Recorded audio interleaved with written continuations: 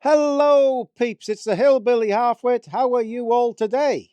Now, we're going to do. Remember, I gave that bit of a rant yesterday. I got that demonetized. The video before was demonetized. So I'm going to try and keep myself calm without swearing today. We're going to talk about what I was ranting about yesterday in detail. So please watch this. At the start, I go through all the faces and what their previous jobs were, and then all the detail of what they're actually deciding about our futures, our farming futures in Wales. Please stick with this and watch most of it if you can, because I've pulled all the bits out you need to see. And once you see this, you'll be as mad as I am. Okay, so let's just get going before this video gets a bit too long, but stick with it. Please watch it all. The content in this video is intended for comedic purposes only. The views expressed in this video are not to be taken as factual information or representation of my personal beliefs. I'm critically reviewing the info and videos I show as examples. Right, before we go any further, this is the Freedom of Information letter that was sent to the Welsh Government last year. And there's all the details there asking, let's see what it says. Information requested. Thank you for the request which I received on the 27th of October 2022. You asked for information which the Welsh Government holds on the amount of carbon sequestered through agricultural land use within Wales. So this is in 2022. Simple answer, because they think the world's going to end, and all us farmers have been penalised because of it, because we're doing more damage, apparently releasing everything. So I'll read that again. Thank you for your request, which I received on the 27th of October 2022. You asked for information which the Welsh Government holds on the amount of carbon sequestered through agricultural land use within Wales. Simple, very simple answer that they should know. This is their response. The Welsh Government does not hold data on the amount of carbon that is sequestered by land use in agriculture in Wales. Let me read that again. The Welsh Government does not hold data on the amount of carbon that is sequestered by land use used by agriculture in Wales. And if I go through all that there, it just takes it off a calculation. It hasn't even done a study. This is our Welsh Government. Okay? So if you want to send something in, there's all the information. You send one in yourself. Now, this is the report that I saw the other day, and that's the How Could Wales Feed Itself by 2035 report. Now, this is Wales Net Zero 2035, and I've downloaded all that, okay, where I've got the arrow. These are the people in charge, and if you see in the top left, I can't say that word, so I will say CC instead, okay? So this is a guy who's in charge of it all.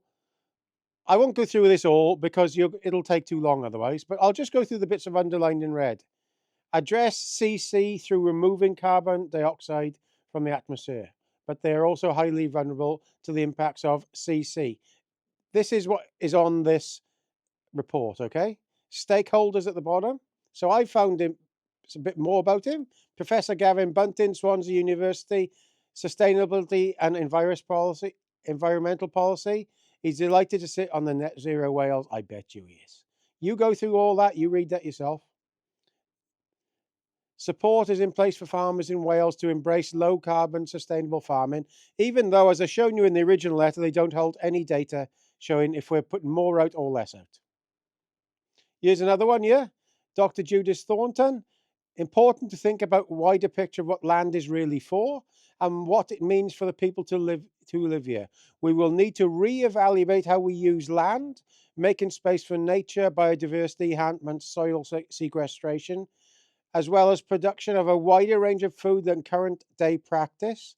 The challenge of challenging our food system to one consistent with net zero emissions is huge.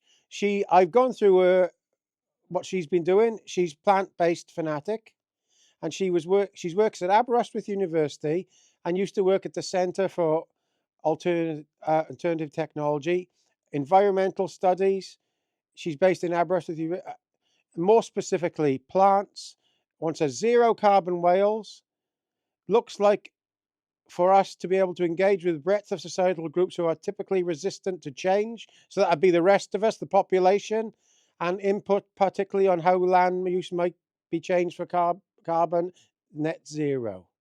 This woman is biased. Everybody I've seen so far is biased. Here's another one, Rachel Sharp.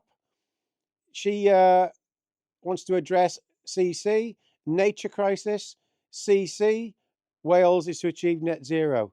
Reduce the dominance of livestock production and incentivize growing a wider range of sustainable crops to replace imports. Enhance food literacy within the education system. Another one, not on the farming side. Here's the members. There's only one farmer called Will Evans. I don't know much about him, but I got this about him. Will Evans, the Oxford Farming Conference. Will is also current chair of the Oxford Farming Conference and writes in the Farmers Weekly column. That's the only thing I could find about Will. I couldn't say anything the other day. I haven't looked in detail, but he's the only farmer that I could see on the panel. And there's about 20 to 30.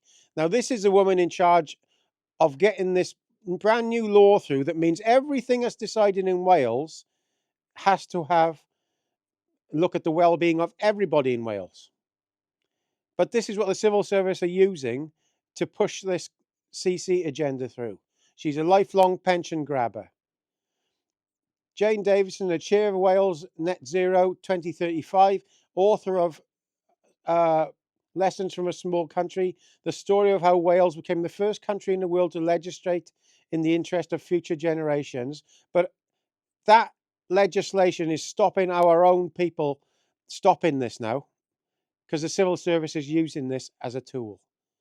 She's a patron of the UK Chartered Institute of Ecologists, Environmental Managers, Pro-Vice-Chancellor Emeritus at the University of Wales, St David's, from 2000 to 2011.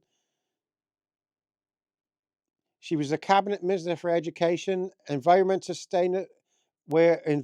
Sustainability in Wales, where she proposed legislation to make sustainability the central organising principle of government.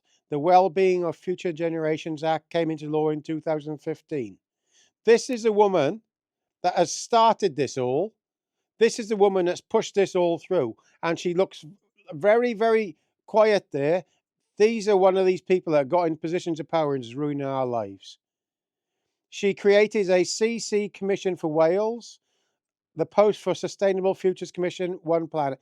This is a pension grabber at the top of the tree. These are the type of people that are running Wales. Here's another one, Mr. Stanley Townsend. Stan is a secretary for the group, having recently moved back to Wales to pursue more ambitious CC action. Stan has worked in a number of roles within UK government, including net zero strategy, green finance, and circular economy policy. Stan joins the group from the Cabinet Office, so that's from number 10, where he was a UK negotiator within the United Nations C process, attending COP26 and COP27. This is a full-on establishment shill from number 10. Remember, these are deciding Wales' farming future. This is Dr. Jennifer Rudd. She's an activist. She actually says, yeah, Jennifer is a proud C activist. Dr. Jennifer Rudd is a senior lecturer at Swansea University School of Management, teaching on environmental management and sustainability. She moved from developing techno-fixes to affecting behavioural change. Since 2018, she's launched an interdisciplinary CC education program to affect behavioural change in secondary school pupils. Can you believe this stuff? This is Behavioural Insights Team. That's what this is. Dr. Rhian Marie Thomas. Rhian Marie Thomas is Chief Executive of the Green Finance Institute, an independent, commercially focused organisation seed funded by the UK government. Rhea spent 20 years in investment, green banking. Rhian Marie sits on numerous advisory groups across UK government, as well as the World Economic Forum's Clean Energy Financing Steering Committee, and co-chairs the Leadership Council for Snowball Impact Investment. She's also trustee of the World Wildlife Fund UK. These people, there's nothing much to do with farming here. Mass Behavioural Unit, again with her, Professional Lorraine Whitworth. Now keep with me because we'll get to this bit, the other bits after. We need to know what these people on this committee are. Professor Lorraine Whitmarsh. Lorraine is an environmental psychologist specializing in the perceptions and behavior in relation to CC, energy and transport, based on the Department of Physiology, University of Bath. She's the director of ESRC funded UK Centre for CC in Social Transformations. She regularly advises governmental and other organisations on low carbon behaviour change and CC communication. Was one of the expert leads for CC UK and lead author for IPCC's working group Sixth Assessment Report. Her research projects have included studies in meat consumption, energy efficiency. She's another mass behaviour unit. This is Mr. Paul Allen, Centre for Alternative Technology. He sounds quite a meek and mild person, doesn't he? Paul joined the Centre for Alternative Technology in 1998. Since then, he's been part of the groundbreaking Zero Carbon Britain research team, liaising directly with government, business, public sector, and the arts. Paul also recently represented this research at official UNFCCC side events at COP summits. He's at the top of the tree at this lot, academic protester. Miss Sarah Dickens. Last 10 years has been BBC Wales economics correspondent, business correspondent and presenter for BBC One and BBC Two. Sarah is now working independently as a sustainable economics advisor to help companies and their organisations overcome barriers to their net zero targets. So that's us lot. We are the barriers. And she works for the BBC, and you know what they're like. Now, here's the big bod hidden. This is the big bod hidden. This is the guy who's working for the Cabinet Office in the UK, and he's basically running the show. David Joffe, Committee on CC Observer. He's basically there saying, you do this. David is the head of Net Zero and acting director of the analysis on the CCC Committee, statutory advisors to government and Parliament on CC, where he worked since 2007. He has also led all of the committee's advice to Wales since 2017 on the design and levels of the emissions targets and the environment. Now, as we've seen at the start, that letter shows they do not know any study showing that we're releasing more than we are, because a farm sequesters more than it makes. And that is a fact. And they don't want that data on there because it makes them look like they're bullshitting. Sorry. Dungs. Anyway, here's Mr. Paul Southern, National Trust. Paul joined National Trust 15 years ago as a sea environmental advisor with a remit to lead for sea and environmental programs, developing an integrated organizational environmental management system. He's invented an environmental dating agency, matching those who have opportunities with those who have first-hand experience of developing and delivering solutions. Now, that sounds like nothing, but what that really is basically if a job comes up in Wales where it needs somebody, one of these bods there, he puts them there. This is quite sinister when you think about it. If a job come up in anywhere, the local person wouldn't get it. One of these bods would get it to push their agenda. That's what that is. So here's the people who are on it. So finally, we'd like to give our thanks to those who provided evidence through our open call for submissions and those we consulted directly. So NFU Cymru, Farmers Union of Wales there. That's the only thing I could see for anything to do with farming. Everybody else is pretty much against farming. Will Evans is the only farmer I could see. Right then, let's get to the actual gist of this. So please subscribe down here if you haven't already. It doesn't cost you anything and it helps me out. So this is what I was talking about land. So grade 1 and 2 land, well suited to horticulture and arable production. Grade 3A land, grade 1 and 2 land will also suited to intensive grazing and forage production for dairy, beef and arable. Grade 3 land, diverse land uses including woodland, biomass crops and grazed livestock, beef, dairy are possible. Grade 4 land, low intensity grazing, that's upland, all upland land. Grade 5 land, much less suited to food production, that's another upland land. The land sector in Wales is success in the future without fossil fuels. Land can provide biodiversity, energy, carbon sequestration. So remember that there now. You can click on that and stop it. Basically, grade 3 up to grade 4, they're basically trying to stop having any cattle and sheep on there. And if you have got a place where you're fattening cattle now, they will only allow, what they want to force you into doing is only having enough cattle that you can put sustainably on your land that you own. And in grade 4 and grade 5, they want the stock off.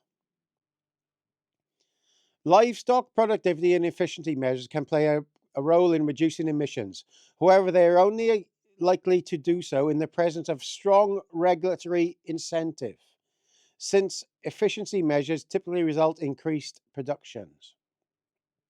Now you can read through all this. I'm not going to read through it all. I just wanted to show you all this, okay?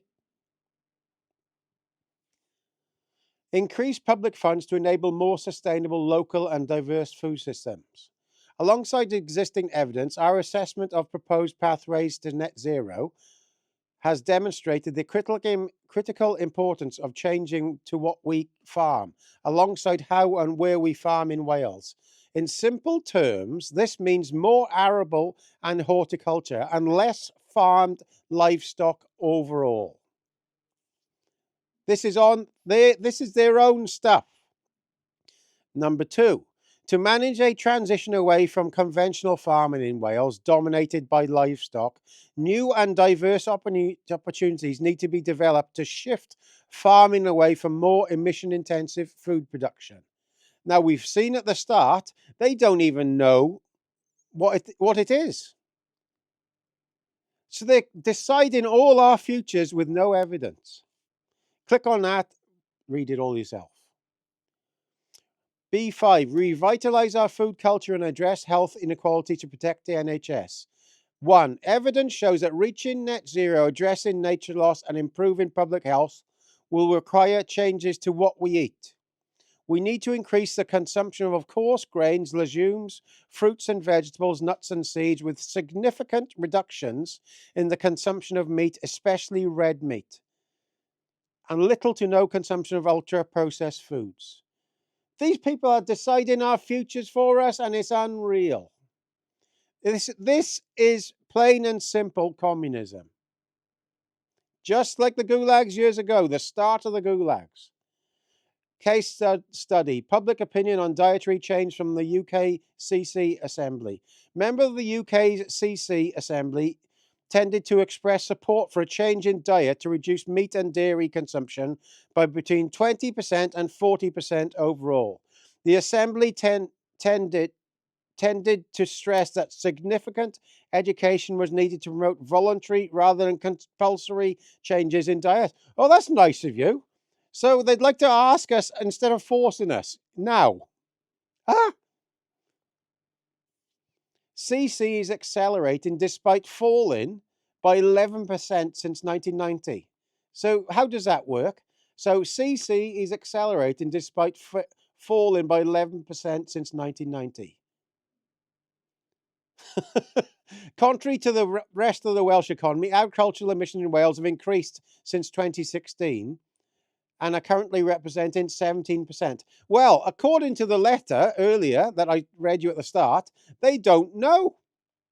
So how is that right? Either they are lying and they actually hold the data, or they're lying and pretending. According to the CCC's Balanced Pathway, agriculture is predicted to be the largest source of emissions in Wales in 2035, Well, as I showed you at the start, they haven't even got the data. So this is Wales, my beautiful country, most beautiful country in the world. Nature is disappearing. Intensive farming is one of the major drivers of nature loss, and Wales is one of the most nature depleted countries in the world, with 1 in 6 species at risk of extinction. This is absolute lies, and I tell you why, because they've used that same sentence in Scotland when I went through a video last year. They were actually making stuff up. These people are insane. So this is all from this report. Rural livelihoods are under threat. Many farm businesses are not generating sufficient profit from food production and rely on government support. Between 2011 and 2021, the agricultural labour force in Wales declined by 8,000 people. The average Welsh farm derives only 20% of its income from agricultural production, with 67% from basic and agri-environmental payments. Conventional farming faces increasing input costs and uncertain markets.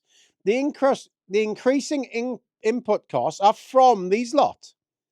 Every input cost has risen because they are making stuff more expensive to buy for a farm, because the CC committee is making it more expensive. They know all this. In our view, the key component of this debate is how to reduce the dominance of livestock in Wales and transition the sector. The financial viability of the sector is also a key concern. Livestock farms in Wales, excluding some dairy, poultry and pigs, typically rely on subsidies to generate a profit. Yes, many years ago, farms were given subsidies to produce cheap food for the people in the UK, to feed them cheaply. That's what it's for. It was a government policy. That's what the government policy was. What planet are these people on? We acknowledge that the emissions from livestock are one of the biggest challenges to reducing agricultural emissions. However, we can reduce outputs by having fewer cattle and sheep, and by reducing inputs by making farming more extensive and diversified, alongside enabling a move to certified organic and pasture-based systems where feasible. 3. The Welsh Government is required to report emissions according to the United Nations guidelines. However, all sectors, including agriculture, should aim for the highest level emissions reductions before considering land-based offsets. These people, this is just the start. Make no bones about this. This is just a start. We are being ordered about by another countries. Set agricultural land use sector targets for carbon budgets 2031 to 35. We haven't even got there yet. Include environmental panel on IPCC emissions inventory, categories for agriculture and land use change and forest use only. So they haven't even got any data, but they're still sending this data to them. Explain the box, what is a maximum sustainable output? This is what they say about a farm now. From now on, they're going to work out what the sustainable output is on your field. So say you're only allowed 10 sheep per acre for 4 acres of field. That is all you're allowed to have on there. This is what's coming in. Same with a cow. Same on the hill. Farming at the maximum sustainable output, MSO, point means farming within the landscape capacity, calculated as a level of output at which a farm makes the best use of nature's resources and is most profitable. Research by Nature Friendly Farmers Network and the Wildlife Trust from Nethergill Associates in Wales found that implementing MSO across the farms in their study would result in an average revenue decrease of 12%. So if the farm does this, they lose 12% of money. But they're going to force us into it. Alongside existing evidence, our assessment of proposed pathways to net zero has demonstrated the critical importance of changes to what we farm, alongside how and where we farm in Wales. In simple terms, this means more arable and horticulture and less farmed livestock overall. This can improve food security. Less than 10% of our agricultural land is grade 1 and 2. So I'm trying to stop myself going insane here. To manage a transition away from conventional farming in Wales dominated by livestock, new and diverse opportunities need to be developed to shift farming away from more emission-intensive food production. As we've seen at the start of this video, they don't know what the emissions are. It's never been calculated. It's never been a study on it. It is unclear what scale and speed technologies for alternative and novel food productions will advance the future.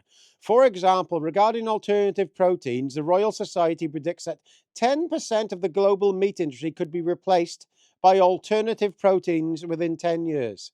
And another report by Rethink X estimates that by 2030, 50% of dairy and beef products will be replaced by alternatives. However, it is clear that significant investments are being made now, 1.6 billion globally in 2023. The advent of alternative food sources presents both opportunities and challenges for Wales. While environmental benefits are evident, the health benefits are less clear. So they're pushing food which they don't know if it's going to make us more healthy or less healthy. This is unbelievable. Now at the bottom it says 10,000 new factory jobs and secure 6,500 jobs in farming. And it just said now earlier that they'd lost 8,000 jobs in farming last year. These lot are a bunch of liars. Now we're coming towards the end now. If you got to here, thank you very much. I know it's been an awkward one and I've tried to keep myself composed. Now this is the pathway. This is for normal people. Now this is the one I haven't done yet. Now, this is about normal people living in towns and cities. This is what they want to do. So if you look at the top, 25 to 27, this is now, an immediate term. So I've underlined here. Establish an ambitious target to reduce car kilometres travelled in Wales by 27. Develop a comprehensive package of measures for employees to support trip reduction and reduce single occupancy vehicle trips for commuting by 28. Provide incentives to work from home, shop locally and avoid travelling at peak times from 25 to 35. Explore options for residential and other parking charges in urban areas by 27. So charging you to park your own car outside your own house. Urge UK government to develop a car scrappage scheme by 27. Explore introduction of road user charging scheme in key cities and large towns across Wales by 2030.